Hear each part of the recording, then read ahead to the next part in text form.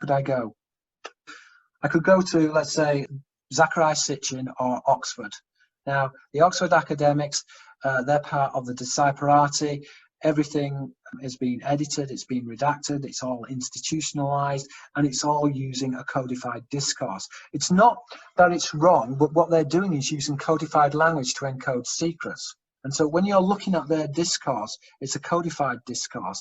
But the same is also found within the alternative media. So I might say, oh, well, I'm not happy with that. You know, I don't really buy into that. Okay, who else do I have? Well, I have Zachariah Sitchin. Again, we're dealing with a highly elliptical, highly codified discourse. Now, with the computer, what you've got is that individual scholars can come to this themselves and they can say, well, actually, no. The contradictions can be found in, let's say, Sitchin's work or within academia. And so therefore, this information can no longer be hidden. The classified tradition is open. You know, it was a redacted tradition. It was an edited tradition. And when we look at the traditions of Ezekiel and the opening wheels in the Judaic priesthood, it was forbidden to talk about the opening wheels without a rabbi. This is how secret it was, because it was a classified tradition. And now I'm talking about this freely. I'm talking about it because it's made much easier for my research. I can use online dictionaries to check etymologies. Again, the computer has opened this up for discourse. And so what we're living in now is basically, we're living in disclosure. We've always had disclosure. We've had partial disclosure. You know, the hieroglyphs on with what the pharaohs were talking about. No, you know, most of the population were not literate, but it was there on the walls. They had disclosure. This was a partial disclosure. We've had partial disclosure. We've been told about this through the allegories, through the biblical stories. We've been told about this through the symbolism, through lordship, but it was a partial disclosure. It was a codified discourse. And now we're living in the times of disclosure. And disclosure was referred to as the apocalypse, apocalyptin, which is to unveil. To unveil is to disclose. And so disclosure is the apocalypse. It's the unveiling. And the unveiling is this unveiling of this classical tradition, which relates to this classified discourse, which is this naval discourse, which is found embedded in the ship of state. It's found within the nave of the church, navis, a boat, the temple sanctuaries. It's found within lordship. It's found within government, gubernatio, to steer a vessel. And it is part of this hidden discourse, which also goes into our statutes, which is stratos and army, which is the host. It goes back into the traditions of the monarchy and this grafted or stitched bloodline. And it goes back into the secret tradition of the angels, Malach and angel, Malach a sailor, this classical tradition. So this is all being opened up. It's a fantastic time to be alive, because it's a very exciting time to be alive. And I also think that what's happening is that, I mean, I read a study by Pulsinger, and he was talking about how that basically with the sun, that the electromagnetic field is beginning to dip, and when that occurs, people become more telepathic. The analogy would be when you're in space, there's less electromagnetism. And so when the Russians did experiments with telepathy in space, people are more telepathic. So when the electromagnetic field of the sun goes down, we start aligning up telepathically. And this has happened before, but the difference is now is we have 6-7 billion people on the planet. We don't just have 300 million people on the planet. So when 6 billion minds start lining up, things like computers start springing out of nowhere, and they start springing up very quickly. And things like secrets which have been kept for thousands of years, people like myself, right? And I remember I didn't study linguistics. I studied fine art. You know, I came from a tradition of painting. I wanted to be an artist. But I did study semiotics, which is really the discourse of Illuminatics, is the study of the signs of the Illuminati. So, but suddenly people like me are coming out with all of these ideas. And so this is all part of what I would describe as this human alignment of minds, which is manifested also through our technologies. And so the elite, they're desperate and they're afraid of losing this power. And this is why we're seeing that they're trying to centralize power, and they're trying to consolidate this power, and they're trying to digitalize the economy, and they're trying to use every single trick in the book to actually put the genie back in the bottle and to try and censor information on the internet.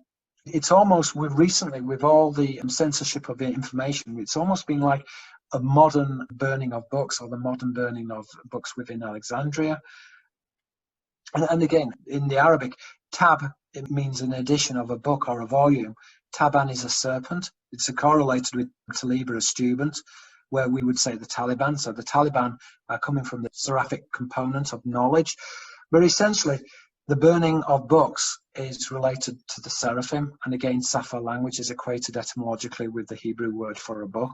So the burning of a book is a very powerful symbol of the Seraphim and the draconian measure of actually subduing this knowledge and taking this knowledge out of circulation. But it's also extremely esoteric, it's very symbolic. And so we're seeing, if you like, the modern Alexandria, because many of the hard copies of books within libraries are being destroyed and everything is being digitized. But then when everything gets digitized, then it can be once again censored. And so we're seeing all this information is being put out, and minds are beginning to line up, but as it's being put out, it's being either taken away or it's being muddled with complete rubbish. So, for example, if somebody's putting out interesting information about ancient aliens or whatever the subject, free energy, whatever it is, then 10 other researchers would be putting out a load of nonsense, and they can control the algorithms to give, shall we say, more emphasis to certain researchers who are saying certain things, who are trying to influence consciousness, because this is really what it is. Because if human minds are more lined up, and we are in this more, we are resonating telepathically more, then it's very important that you saturate the mind with ideas in order to control almost the telepathic discourse, this ulterior reality, which is then manifested physically in physical reality. And so they're really they're controlling the realm of ideas. And the realm of ideas, when you break it down, is the spiritual realm. The Aborigines talked about it as the dream time. The dream time is the spiritual realm. And the spiritual realm links into the dream realm. And this is why in the ancient traditions, controlling dreams was always very integral, because if you can control your dream, then you have control within the spirit realm. And this is about gnosis, it's about knowledge. Because when you die, it's like dreaming. You can go into a dream and you forget your life, you forget everything. It's almost like dying. And therefore, when you wake up, then you remember, oh yes, it was a dream. But it's the same with dying as well. You can get lost in the spirit realm and not realize that you're in the realm of ideas, because suddenly you're in the realm of the spiritual realm of the universal ideas. And therefore, in order to control the dream is part of learning how to control the spirit realm. So when you go into the spirit realm, when you die, you're not just suddenly lost at that level of where you was, let's say, in terms of your consciousness, but you're cognizant and you can control your incarnation. And this is important because then you control your incarnation. And we're dealing here not necessarily about your future incarnation, but you can incarnate both into the past and the future, because the past and the future doesn't exist. And you can incarnate into a better version of now, which is a very interesting, a very profound idea. But essentially, a holographic culture, they have this knowledge. They've deconstructed waveform reality. So they are represented both as the Ruach Elohim, the high spirits, but also are manifested physically as an Elakeh, a high creature. They're paradoxical in the way in which they are represented. This is why the Djinn are said to be both spiritual, but are also physical. The Arabic word Djinn means a spirit, but when they refer to the Djinn, they are referring to a physical race. And again, demos, people, again, they were a physical race. In the Arabic, jinsi is sexual, because the Djinn could procreate. They did recreate, and they recreated as the Ben Elohim, the sons of the gods. The sons of the gods were the sons of the Elohim. The sons of the gods were essentially, they procreated with the Ben Adam, the son of Adam, to create the Nephilim, which were identified astrotheologically with Nephilia Orion. So that's the symbology of holographic culture, but it goes into much more. In classical philosophy, it goes into Pythagoras' Monocord. And the Monocord is an interesting idea because Pythagoras, and remember that this is coming from the seraphic component of the priesthood, Pythagoras, the speaker of the Serpent. So Pythagoras referred to as the Pythagorean monocord. So you have the monocord, a musical instrument. It had a single string, and the lowest note or the lowest vibration on the string is physical matter, and then the highest vibration is the spirit. And basically, musical notes are denotational of different dimensions, and so dimensions are vibrating notes, and so musical notes refer to different dimensions. And so music, therefore, is very important. When you actually look at the muses, they have control over the waveform reality. They have control over, essentially, they have control over the logos or the word, but they have control over physical reality through sound. Thereby, if you control sound, you control physical reality. And sound is important because, remember, in the beginning, there is the logos, the creation of the sound. It's the spirit. The spirit is the aeon, the interference pattern, which creates the photon or the particle. And so therefore, within the symbology of the soul as well, you're seeing the same representation. Pneuma is spirit, the spirit is spiritus, which is the breath, which can be represented as logos, which is the word, which is the sound, which is the first invocation. The first invocation then creates the light, which is the sound, which is the soul. Soul, which is the sun. So the soul is the light, which is then expressed physically as a particle. There's the photon. So the spirit is the waveform, the particle or the soul is the expression of the soul, the expression of the individual, which is particularized as a form. And therefore, when you look at near-death experience, and I think this is what's really fascinating, again, this also shows you the corruption of how near-death experiences have been corrupted. What people will say is, oh yeah, well, near-death experiences are dreamlike, and therefore that shows that the individual is hallucinating. Now, when you look at people like, I think it was Kenneth Ring who did the study Mindscape, he did a study into near-death experience within blind people. These are people who have never seen, and a person who's never seen, they have no visual imagination. They do not dream using sight, they only dream through smell, taste, and hearing, but they have no conception of sight. People who have lost sight later in life, from about the age of 5, if you lose your eyesight, you will still continue to dream visually. Now, people who have never seen before, when they have had near-death experiences, they've suddenly been able to see for the first time. So we know near-death experiences are real, and therefore we know that when a person is having a near-death experience and they're blind and they've never seen, but they are having what you would describe as an hallucinogenic experience, this is because they are entering into the realm of ideas. This, in Platonic philosophy, is the realm of universal forms. This is the implicit realm. Physicists refers to this as the implicit realm. This is the realm of waveform reality. In Greek Gnosticism, this is the aeon, and the aeon is expressed as a concentric circle, which is essentially a type of interference pattern or a hologram. And when that is expressed physically, it becomes a particle. So the sound or the spirit suddenly becomes a particle, which is the particularization of the idea, which is the particularization of one's point of view or attention. And that one point of view or attention is you, it's me, it's the whale, it's the dolphin, it's the fish. But it's all one. But the universe created itself so it could experience itself as the observer. So the point of life is life. The point of the universe is to observe.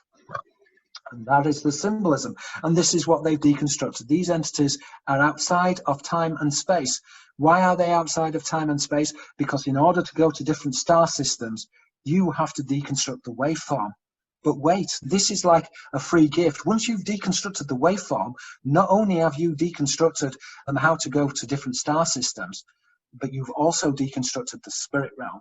And that then means that you can also enter into the realm of implicit ideas. And this also means that they can exist in different parallel dimensions, which can be represented as different musical notes, which is essentially the symbology of the Pythagorean monocord. Again, which is in forming string theory. We refer to string theory, the ancient tradition going back to the Pythagorean monocord. So the scientists are taking their traditions. Again, the word scientist, scientia, science is going back to the Arabic word shatter, which shatir, which is knowledge, related to shaitan. So in English, the reason why scientist is so closely related to the morphology of Satanist is because the etymology is related. A scientist is related to a Satanist, which is the tradition of the fallen angels, which are also represented as the Nephilim. The Nephilim is, in the English tradition, you've got Eton, the College of Eton, which is the Anglo-Saxon word for a giant. And as we said before, Sir Isaac Newton, he stood on the shoulders of the giant.